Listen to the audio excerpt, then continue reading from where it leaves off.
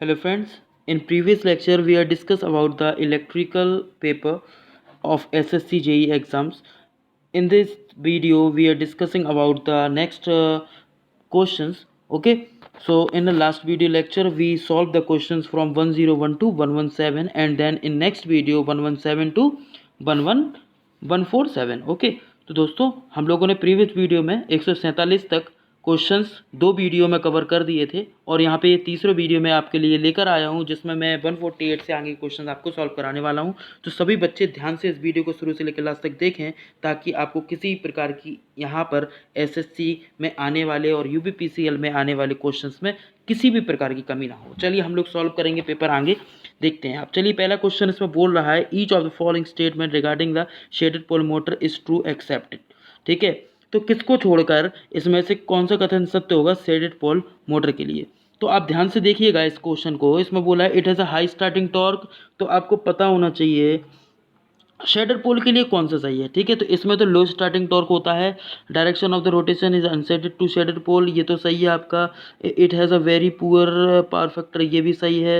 It has very poor efficiency, ये भी सही है। तो इसमें कौन सा गलत है, यानी कि ये गलत है शेडेड पोल के लिए। तो यानी कि यहाँ पर 148 के लिए कौन सा सही हो जाएगा, ऑप्शन ए।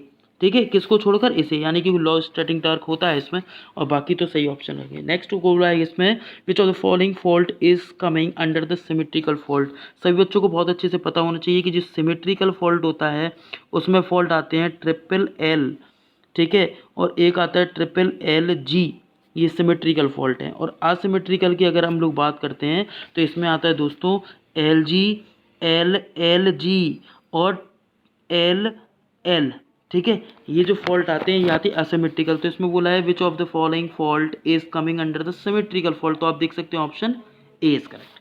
ठीक है, नेक्स्ट बोला है there the no load input power to the transformer is practically equal to, तो नो लोड इनपुट पावर जो है वो आयरन लॉस के बराबर होती है। किस लॉस के बराबर, आयरन लॉस के बराबर। ठीक है, तो नेक्स्ट क्वेश्चन बोला है which of the following breaking is not suitable for motor, इनमें से कौन सा सुइटेबल फॉर मोटर नहीं है, यानी कि मोटर के लिए सुइटेबल नहीं है। तो आपको पता होना चाहिए इसमें से कौन सा सुइटेबल नहीं है। देखिए प्लगिंग, रीजनरेटिव, डायनेमिक ब्रेकिंग इसे तो यूज़ करते हैं लेकिन फ्रिक्शन ब्रेकिंग इसके लिए नहीं होती। ठीक है, when the current through the coil of the electromagnetic reverse, किसी भी कॉइल में जो आने वाली करंट है वो अगर रिवर्स कर दे तो क्या होगा। तो आपको पता होना चाहिए इस केस में मैग्नेटिक फील्ड की डायरेक्शन भी है वो भी रिवर्स हो जाएगी। अगर कॉइल में करंट रिवर्स करेंगे तो उसकी डायरेक्शन भी रिवर्स होगी। ऐसा क्यों, आपको पता होना चाहिए एन आई इक्वस टू होता है आपका H L, N I equals to H L. तो अगर आप आई में चेंज करेंगे तो एच में भी चेंज हो जाएगा। क्लियर है ना। चलिए नेक्स्ट हम लोग डिस्कस करते हैं the arc blow is a welding defect that is counter with the help of carrying. ठीक है, जो चिंगारी उत्पन्न होती है, ठीक है, किसी भी वेल्डिंग करते समय तो वो किसके कारण से होती है, the arc welding using the DC supply. तो इसमें कौन सा सही हो जाएगा, option B, option B is correct, DC supply. ठीक है, चलिए नेक्स्ट है the per phase DC armature resistance of an alternator 0.5 ohm the affected AC armature resistance would be about. देखिए कितना अच्छा क्वेश्चन इसमें बोला गया, कितना होगा इसमें। देखिए आपको डीसी का रेजिस्टेंस बोला है, डीसी का रेजिस्टेंस दे दिया है 0.5, आपको एसी का रेजिस्टेंस बताना है। ठीक है, यानी कि अपन को आपको आर ए सी बताना है, आर ए सी। तो R A C equals to 1.5 times of R D C, ये आपको क्लियर होना चाहिए। 1.5, तो 1.5 इंटू 0.5 आपका आ जाएगा, 0.5 को मल्टीप्लाई करेंगे 1.5 दैट मीन 0.75। तो आप देख सकते हैं option D is correct. Clear है ना सभी को, ऑप्शन डी करेक्ट। तो सभी बच्चे नोट भी करते जाएंगे क्वेश्चंस। नेक्स्ट है the superposition theorem is used when the circuit contain. Superposition circuit हमेशा, सुपरपोजिशन थ्योरम हमेशा लीनियर और बाइलेटरल नेटवर्क में लगती है। याद रखना जिसमें एक्टिव और पैसिव दोनों सोर्स होना चाहिए और दो या दो से अधिक सोर्स होना चाहिए, सिंगल में काम नहीं करती। तो इसमें पहला ऑप्शन दिया है सिंगल वोल्टेज सोर्स, गलत।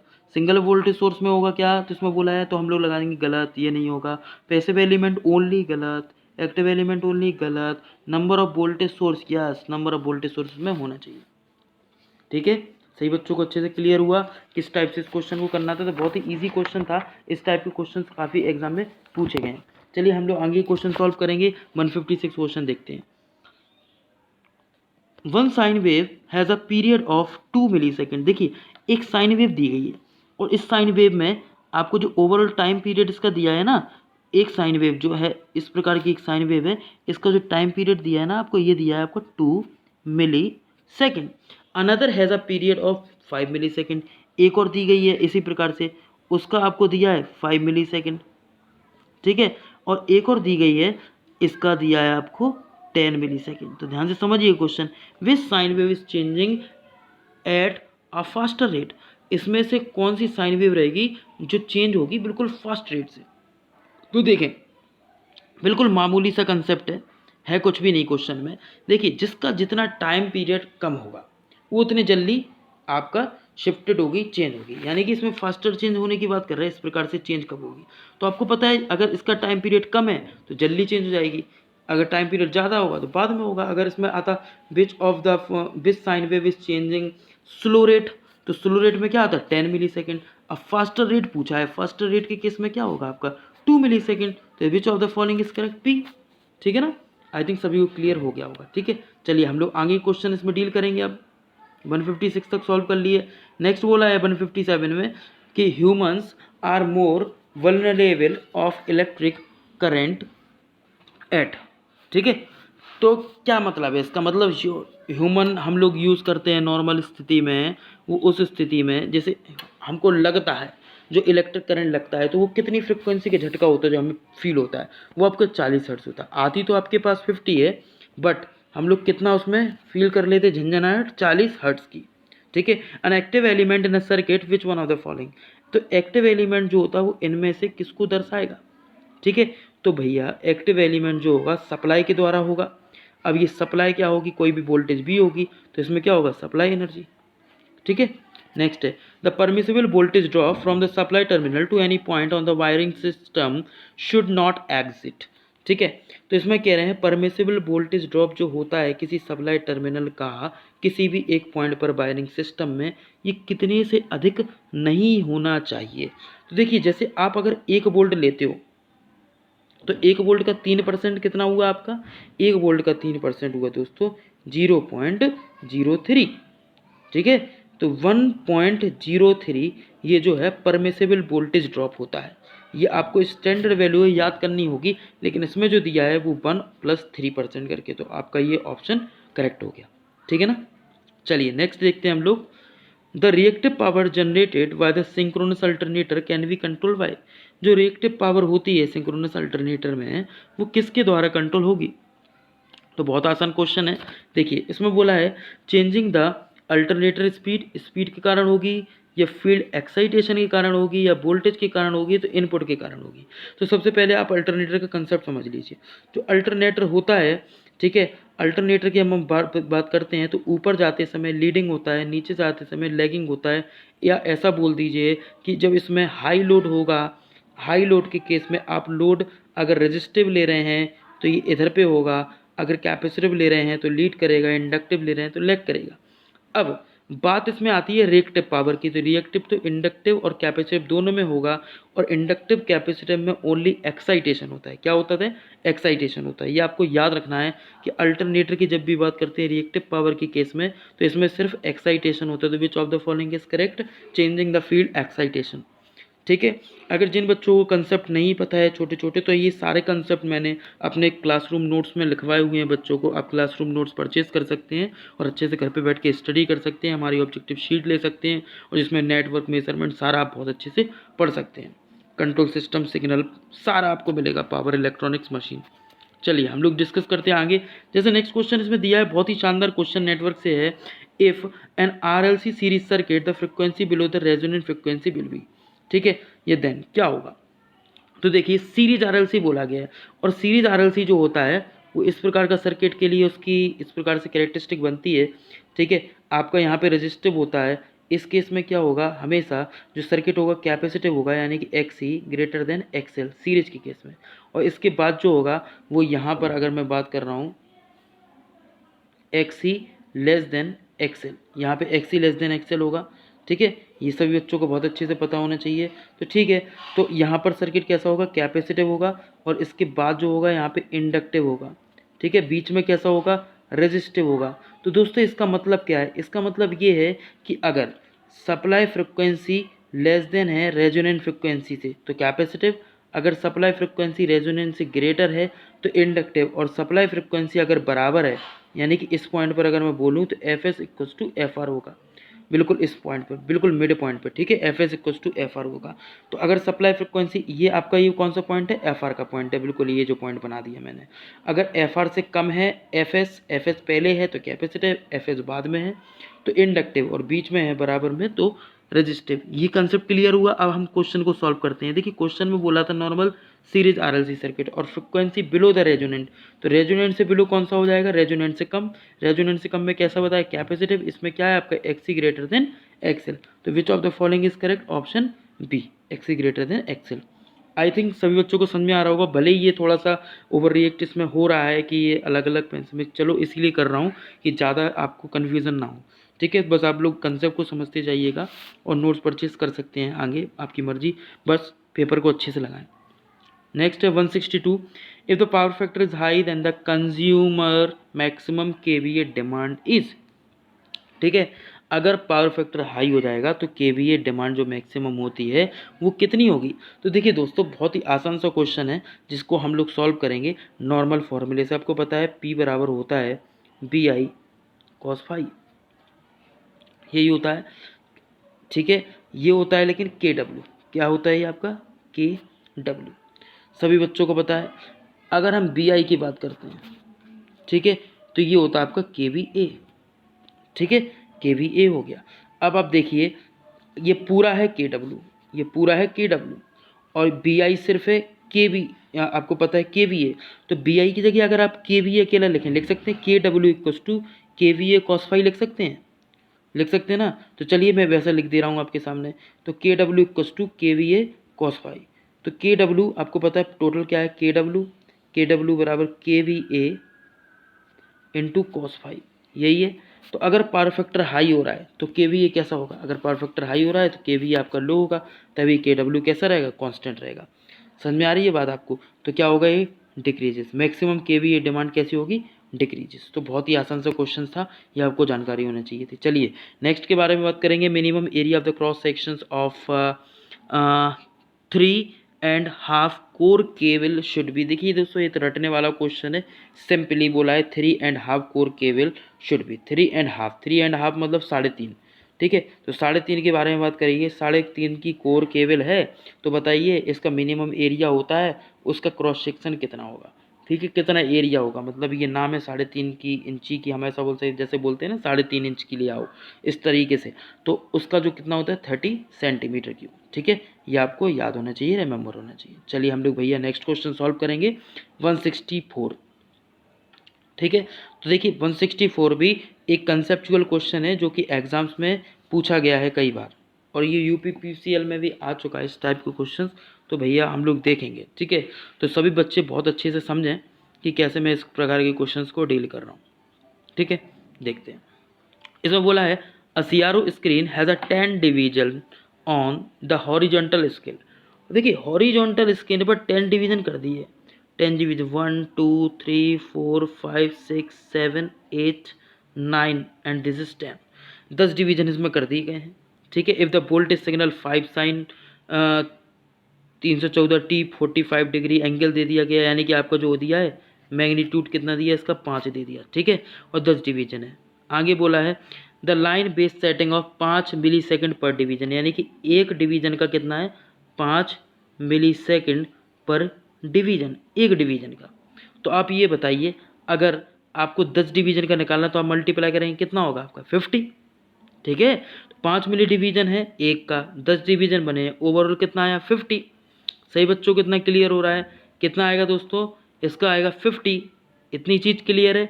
अब इसमें जो ओवरऑल टाइम आया ये आया आपका 50, कितना आया, ओवरऑल टाइम आया आपका 50 जो 10 डिवीजन के लिए था। इतनी बात क्लियर आ रही है, टोटल आ रहा है आपका 50 मिली सेकेंड, इतना आ रहा है, ठीक है। But number of cycle of the signal, number of cycle कितना होगा, तो नंबर ऑफ साइकिल में हम लोग क्या करेंगे टी इक्वस टू, आपको पता होना चाहिए ऑन टाइम ऑफ टाइम, खैर इसमें ये नहीं दिया है फिर भी मैं इसे आपको बताने की कोशिश करूँगा, 1/50 मिली जो दिया ना आप ऊपर ले जाएंगे तो 1000 हो जाएगा, और इसे आप कैंसिल आउट करेंगे, इसे काट देंगे तो आएगा आपका 20। कितना आ गया आपका दोस्तों? आपका आ गया 20। ठीक है, अब ये जो 5 दिया है ये भी 10 के लिए हो जाएगा। जो 5 वोल्टेज है ये दिया है आपका 10 के लिए। अगर मैं अलग अलग बात करूं तो कितना हो गया? ये आपका 50 हो गया। तो ठीक है, मैं इसे हटा देता हूं, फिर आपके सामने सॉल्व करता हूं पूरा, ठीक है ना। तो अब 10 के लिए ये कितना हो जाएगा? 10 के लिए हो जाएगा आपका 50, और टोटल ये कितना दिया है आपको? ये भी आपका ये कितना हो गया? ये हो गया आपका 20। तो अब इससे कैंसिल आउट करेंगे, ये टाइम था नीचे, ठीक है, तो ये ऊपर आया तो आ गया 2.5। ठीक है, टाइम में था ये, कन्वर्ट हो गया किस में आ गया? हर्ट्ज, यानी कि साइकिल के फॉर्म में ये बन जाएगा, यानी कि 2.5 this is answer.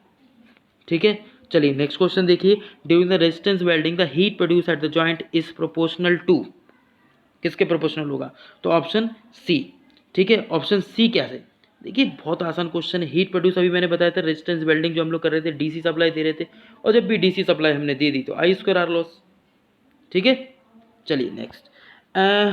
An RLC series circuit has R equals to 10, L equals to 2 hertz. Capacitance will make the circuit critically damped. तो क्रिटिकली डैम्प की बात कर रहे हैं। क्रिटिकली डैम्प की केस में क्या होना चाहिए, ये कंडीशंस आपको अगर पता है तो आप इस क्वेश्चंस को बहुत आसानी से सॉल्व कर लेंगे।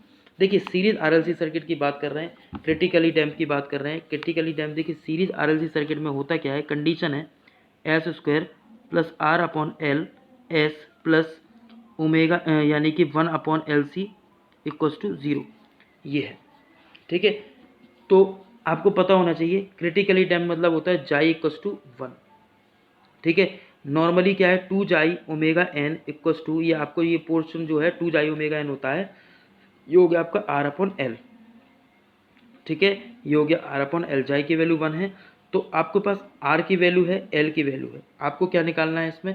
कैपेसिटेंस की वैल्यू निकालना है। ठीक है, इससे हमें ओमेगा एन मिल जाएगा। जाई की वैल्यू आपकी 1 है, तो ओमेगा एन कैसे मिलेगा? ओमेगा एन इक्वल्स टू है 1 upon under root L C. ठीक है, तो यहाँ पर मैं लिख दूंगा, ठीक है, 2 इंटू, आप देख लीजिए जाई की वैल्यू 1 है, जाई की वैल्यू 1 है, तो 2 into 1 upon under root L C लिख सकते हैं, क्योंकि ये आया 1 upon L C, omega N square equals to 1 upon L C होता है, तो 1 upon under root L C आएगा यहाँ पे, तो 2 upon under root L C है ना।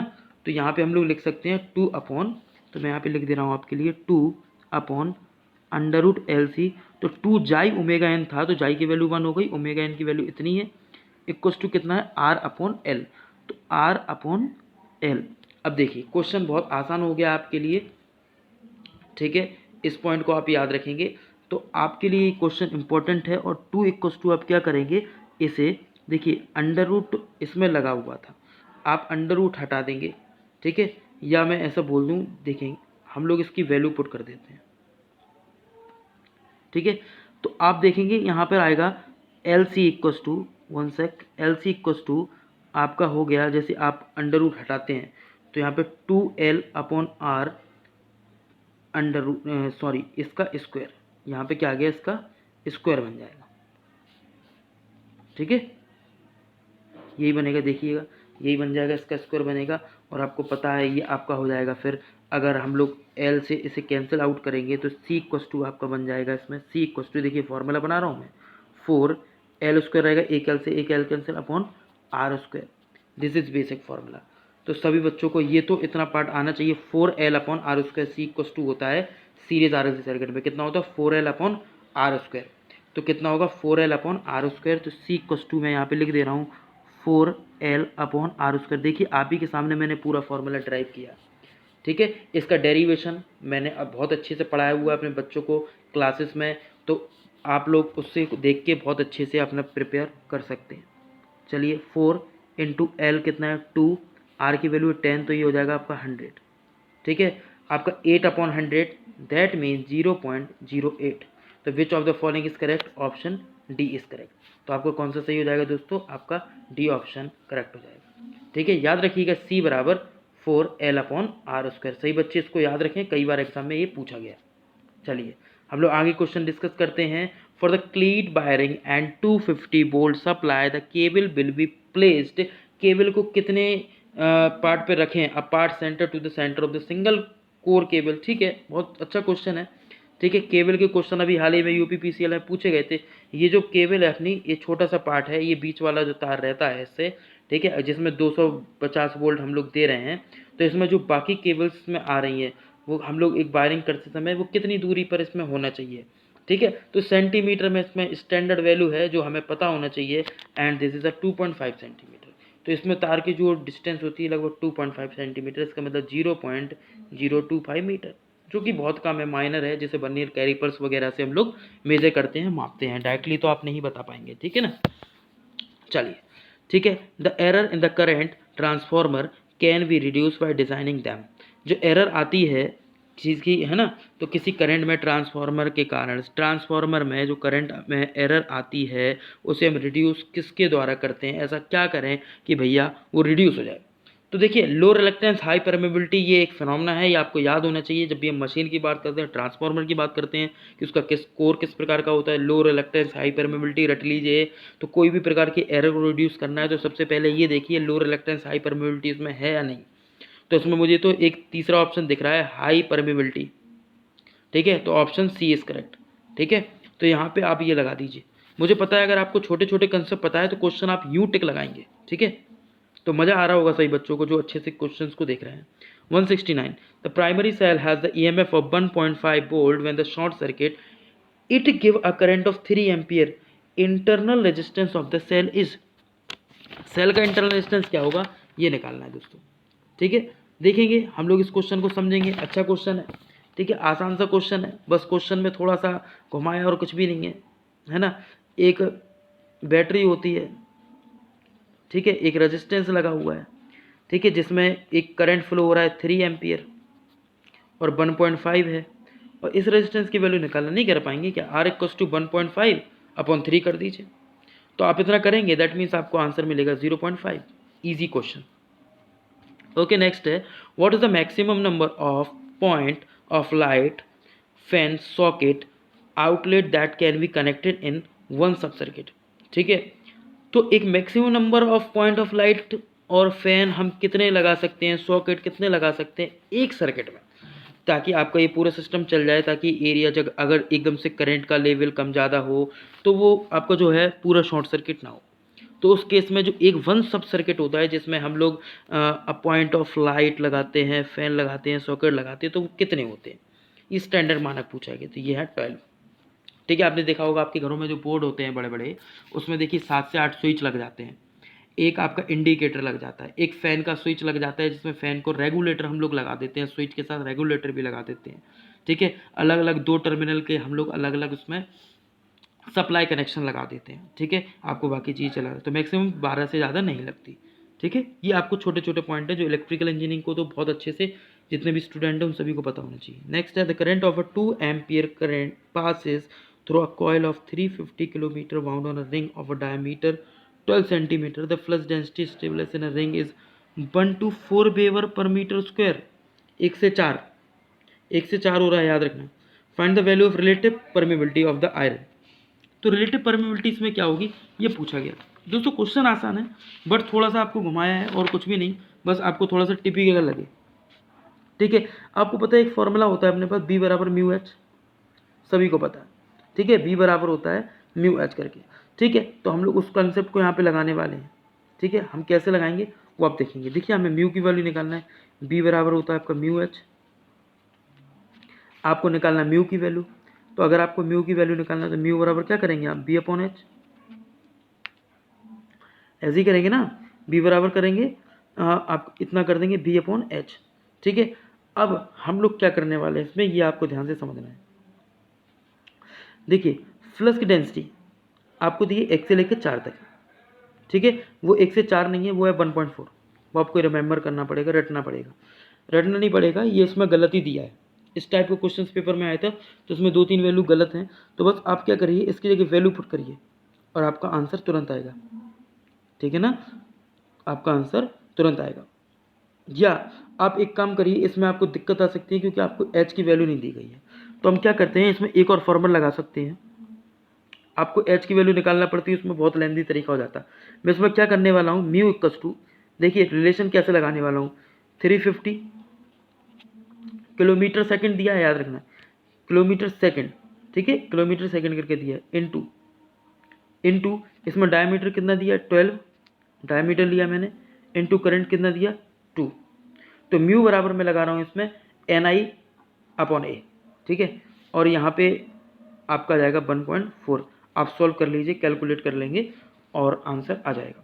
पहली बात तो इसमें वैल्यू गलत दी गई थी, सही बच्चों को एक्स्ट्रा मार्क्स दिया गया है इसमें, ठीक है। नेक्स्ट क्वेश्चन है electrical resistivity rho is, electrical resistivity rho is, उसका मैं आंसर बता दूं 600 होगा उसका आंसर, ठीक है। 172 में क्या है, इलेक्ट्रिकल रेजिस्टिविटी रो इज। जो इलेक्ट्रिकल रेजिस्टिविटी होती है ये किस में हाई होगी या किस में लो होगी, वो इसमें आपसे पूछा गया, ठीक है। तो इलेक्ट्रिकल रेजिस्टिविटी है, हाई होती है कॉपर के लिए, लो होती है एलॉय के लिए, इतना आपको पता होना चाहिए, ठीक है। हाई होती है किसके लिए, कॉपर के लिए, और लो होगी आपकी एलॉय के लिए। तो एलॉय क्या है, एलॉय है आपकी मिश्र धातु, ठीक है। मिश्र धातु क्या मतलब, जैसे मान लीजिए एलॉय अगर मैं बोल रहा हूँ, जैसे ये हो गया आपका कॉपर, ठीक है। तो मिश्र धातु में क्या, अगर कॉपर के साथ में टिन बना दूँ तो क्या बन जाएगा आपको, ब्रॉन्ज बन जाएगा। ब्रॉन्ज मतलब कांसा, ठीक है। कॉपर मतलब तांबा। ये सही बच्चों को छोटी छोटी चीज़ें हैं, पता होना चाहिए। तो तांबा से ये कांसा बन जाएगा। तो जो कांसा होगा उसकी रेजिस्टिविटी कम होगी, यानी कि उसमें ज़्यादा करंट फ्लो हो पाएगा तांबा की अपेक्षा। समझ में आ रही ना बात, ठीक है। तो ये आपको क्लियर होना चाहिए।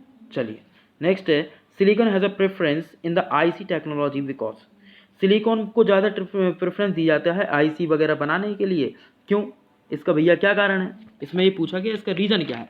ये इनडायरेक्ट सेमीकंडक्टर है क्या, एलिमेंटल है क्या, कोवेलेंट है क्या, या नेचर ऑक्साइड SiO का बना हुआ है। यस, ये SiO का बना हुआ है, क्योंकि इसमें क्या होता है, SiO सिलिकॉन ऑक्साइड होता है, ठीक है। Option D is correct.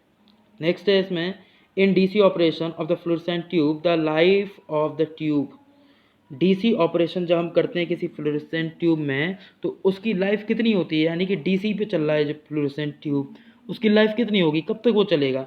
तो देखिए 80% ये रिड्यूस हो जाता है, 80% ये इसका लाइफ टाइम जो है डिक्रीज हो जाएगा, ठीक है। कितना डिक्रीज हो जाएगा, 80%, ये आप याद रख लीजिए, यानी कि B option is correct. Next question, चलिए हम जल्दी जल्दी देखते हैं आगे क्वेश्चंस भी, हमें काफ़ी क्वेश्चन सॉल्व करना है। आसान क्वेश्चन है, if the number of turns of the coil is increase, inductance क्या होगा, नंबर ऑफ टर्न्स अगर आप कम कर रहे हैं तो इसका इंडक्टेंस क्या होगा, सॉरी नंबर ऑफ टर्न्स भी बढ़ा रहा है इसमें, है ना। तो देखिए आसान सा क्वेश्चन है, ठीक है, बट करने का तरीका आपको पता होना चाहिए। देखिए आपको पता है एल बराबर क्या होता है, n² म्यू अपॉन एल, ठीक है, म्यू एल अपॉन ए, ठीक है। तो इसमें आपको पता है नंबर ऑफ टर्न्स अगर इंक्रीज करेंगे तो इंडक्टेंस भी इंक्रीज करेगा। Which of the following is correct, option B, ठीक है। नेक्स्ट है which of instrument is use to measure the high resistance, सभी को पता है मैगर का हम लोग इस्तेमाल करते हैं, ठीक है। अगर मैगर नहीं होगा तो इंसुलेटिंग कॉइल होगी, इंसुलेटिंग कॉइल नहीं होगा तो मैग ओम मेथड लिखा होगा, तो ये आपको पता होना चाहिए। केल्विन ब्रिज का यूज़ क्यों करते हैं हम लोग, लो रेजिस्टेंस के लिए। कैरी फॉस्टर ब्रिज का क्यों करते हैं, मीडियम रेजिस्टेंस मेजर के लिए। बीट स्टोन ब्रिज का उपयोग क्यों कर रहे हैं, फ्रिक्वेंसी मेजर, नहीं सॉरी वीन ब्रिज का यूज़ करते हैं आप, ठीक है। बीन ब्रिज जो होता है वो फ्रिक्वेंसी के लिए होता है, बीट स्टोन जो होता है मीडियम रेजिस्टेंस। तो सही बच्चों को ये पता होना चाहिए, ठीक है। Resistance is connected across the 50 volt source, the current in the resistance if the colour code is red orange silver is, तो इसका आपको बताना है क्या होगा। देखिए दोस्तों यहाँ पर मेरे पास चार्ट तो नहीं है कि मैं आपको इसका चार्ट के अनुसार पूरा आपको सॉल्व कर दूं, बट आपको एक रिमेंबर तो होना ही चाहिए। तो जिन स्टूडेंट को नहीं आता तो वो ये ना सोचें कि सर ये आपने डायरेक्टली कैसे कर दिया, ठीक है। तो मैं आपको बता दे रहा हूँ, क्योंकि अभी चार्ट नहीं है तो मैं आपको चार्ट से नहीं समझा पाऊँगा, पूरा मुझे बनाना पड़ेगा, ठीक है। अब मैं बात कर रहा हूँ यहाँ पर रेड ऑरेंज, ऑरेंज पहली बैंड रेड है, फिर ऑरेंज है, फिर ऑरेंज है, फिर सिल्वर है, ठीक है। तो पहली और दूसरी जो है ये बैंड है, तीसरा जो होगा ऑरेंज वो मल्टीप्लायर की तरह काम करता है, और सिल्वर जो होगा वो आपका टॉलरेंस के लिए काम करेगा। तो सही बच्चों को पता होना चाहिए। रेड के लिए हम लोग कितना यूज़ करेंगे, ठीक है। तो रेड के लिए BV रॉय आप पढ़ते हैं ना, BV रॉय 2RO, ऑरेंज हो गया तो 3 हो गया, ठीक है। फिर सिल्वर है तो 10 की पावर 3 कर देंगे हम, कितना करेंगे 10 की पावर 3, यानी कि 22 इंटू 10 की पावर 3। अब इसमें सिल्वर के लिए कितना आता है, 10% आता है, कितना आता है दोस्तों 10% आता है। तो 10% का मतलब आप समझ लीजिए कि लगभग इसका 10% अगर आप जोड़ते हैं या घटाते हैं तो इसका 10% होता है आपको 230, क्योंकि 23,000 तो ये हो जाएगा, सॉरी 23,000 होगा तो 2300 आपका क्या होगा, आपका 10% होगा, 2300 10% होगा। तो ठीक है, मैं यहाँ पे इतनी सी बात करूँगा इसको लेके, ठीक है। तो वोल्टेज कितना है 50, ये 50 बटे आप इतना कर दीजिए, इसका 10% भी ऐड करके देख लीजिए, एग्जैक्ट आंसर मिल जाएगा। इसका 10% कितना आएगा? 2300। 2300 क्या है? ये आपका सिल्वर के कारण है, इसको हम ऐड कर देते हैं। तो 23,000 प्लस 2300 आप कर देंगे तो आपका आएगा 25,300। तो यहाँ पे 50/25,300 आप कर देंगे, ठीक है ना। तो आप इसे जब कट करेंगे, इसे सॉल्व करेंगे, ठीक है, इसे सॉल्यूशन इसका करेंगे तो आपका लगभग आएगा 2 मिलीसेकंड के आसपास, यानी कि ऑप्शन बी इज करेक्ट, ठीक है। चलिए, विच of the following motor is used in a mixie? Mixie में कौन सी मोटर यूज़ करते साहब? ये क्वेश्चन पूछा गया है, बहुत अच्छा क्वेश्चन है। देखिए, सबसे पहले तो आपको पता होना चाहिए हिस्टेरेसिस जो अभी मैंने बताया था, उसी प्रकार से इसमें आ गया मिक्सी का केस। तो देखिए, मिक्सी जो है एक प्रकार की सिंगल फेस है, मिक्सी में जो लगती है वो सिंगल फेस लगती है, और सिंगल फेस इसमें होगा आपका यूनिवर्सल मोटर। जो यूनिवर्सल मोटर है ना, सिंगल फेस है, ठीक है। नेक्स्ट है, देखिए, टीए वर्सेस आई है, यानी कि टॉर्क वर्सेस करंट। तो टॉर्क और आर्मेचर करंट होता है डीसी मोटर में, वो किस प्रकार की कैरेक्टरिस्टिक देगा? बहुत आसान सा क्वेश्चन है, सिंपली पैराबोला देता है। कैसा? पैराबोला, इस प्रकार से कैरेक्टरिस्टिक मिलेगी आपको, ठीक है। B option is correct. चलिए, नेक्स्ट क्वेश्चन बोला है the no load primary current I naught is about of, कितना होता है? सभी को पता है 3 से 5%। नो लोड करंट 3 से 5%, रट लीजिए, बहुत अच्छा क्वेश्चन है। नेक्स्ट है which of the following motor is not self starting? इनमें से कौन सी सेल्फ स्टार्टिंग नहीं है? तो सभी को पता है synchronous motor double excited motor होती है, डीसी सीरीज मोटर से डीसी है, सिंगल फेस आपका ये डबल या आपकी जो सेल्फ स्टार्टिंग होती है स्क्विरल केज भी आपकी सेल्फ स्टार्टिंग होती है, सिंक्रोनस मोटर नहीं होती। नेक्स्ट है a DC voltmeter has a sensitivity of 1000 ohm per volt. It is measured at the half full scale in a 100 volt. ठीक है, the current through the voltmeter will be. तो देखिए, बहुत आसान सा क्वेश्चन है जिसे हम सॉल्व करेंगे। सेंसिटिविटी आपको दी गई है, सेंसिटिविटी कितनी दी गई है? सेंसिटिविटी 1000 और कितना 100 वोल्ट पे। तो आप क्या कर सकते हैं इसमें, आप इसमें रेजिस्टेंस निकाल सकते हैं। तो रेजिस्टेंस बराबर कितना आएगा? 1000 ओम अपॉन वोल्ट दिया है, इनटू 100 कर देंगे तो आपका आएगा 10⁵, ठीक है। इतना आएगा, वोल्टेज का आप गुणा कर दीजिए तो इतना रेजिस्टेंस आ गया। अब आपको निकालना है current, current at half load, ठीक है, हाफ पे निकालना है। तो I equals to full load, इसमें हाफ फुल स्केल पे बोला है, when it measure half full scale so current निकाले I equals to V upon R. तो हम लोग कितना लेंगे? 100 का हाफ कितना आएगा? 50, 50 अपॉन 10⁵, 10⁵ इसमें ऊपर हो जाएगा तो ये मिली में हो जाएगा, 100 नीचे बचेगा तो आपका 0.5, तो 0.5 मिली एम्पियर। देखिए, क्वेश्चन आसान तरीके से मैं कितनी आसानी तरीके से आपके लिए सॉल्व कर रहा हूँ। तो ऑप्शन कितना आएगा? सी। क्लियर है। चलिए, नेक्स्ट है the electrical driver poses the following drawback. जो इलेक्ट्रिकल ड्राइवर होता है इसमें सबसे बड़ी कमी किस चीज़ की होती है? तो वो होता है रिक्वायर आ इलेक्ट्रिकल पावर सप्लाई, ठीक है। याद रखना, mutual inductance between the two coil is 2 Henry. Mutual inductance दो कॉइल के बीच में दिया है 2 Henry. If the current in one coil changes at a rate of 2 ampere per second, the EMF induced in the other coil. तो other coil में कितना EMF induced होगा ये पूछा गया। देखिए, बहुत आसान सा क्वेश्चन है, आपको पता होना चाहिए नॉर्मल फार्मूला E बराबर होता है N d∅/dt, या फिर बोल दो L di/dt। बहुत आसान सा क्वेश्चन, ये पता होना चाहिए। नंबर ऑफ टर्न्स दिए हैं तो फ्लक्स दिया होगा चेंज, अगर इंडक्टेंस की वैल्यू दी है तो करंट चेंज दिया होगा। तो नॉर्मल एल की वैल्यू है 4 और di/dt आपको दिया 2, यानी कि आ गया आपका 8। विच of the following is correct? Option A is correct, 8 volt is answer. तो देखिए, बहुत ही आसान तरीके से अपन ने पेपर को सॉल्व किया। हम लोग नेक्स्ट वीडियो लेकर आएंगे बहुत ही जल्द, जिसमें कल मैं आपको नेक्स्ट 85 के से क्वेश्चन दूंगा। तो अगर आपने प्रीवियस वीडियो नहीं देखा था तो आप पहला दूसरा वीडियो देख लीजिए, जिसमें आप इस वीडियो को भी अच्छे से और कवर कर लीजिए, ताकि आपका इतना पार्ट अच्छे से कवर हो जाए। 2015 का ये पेपर था जिसमें मैंने आपको डीपली इसका सॉल्यूशन दिया। ओके दोस्तों, if you like this, subscribe the channel and share the video. I think सभी बच्चों को अच्छे से समझ में आया होगा। बने रहिएगा अरुण झा के साथ। थैंक यू, नमस्कार, शुक्रिया, आदाब, जय हिंद।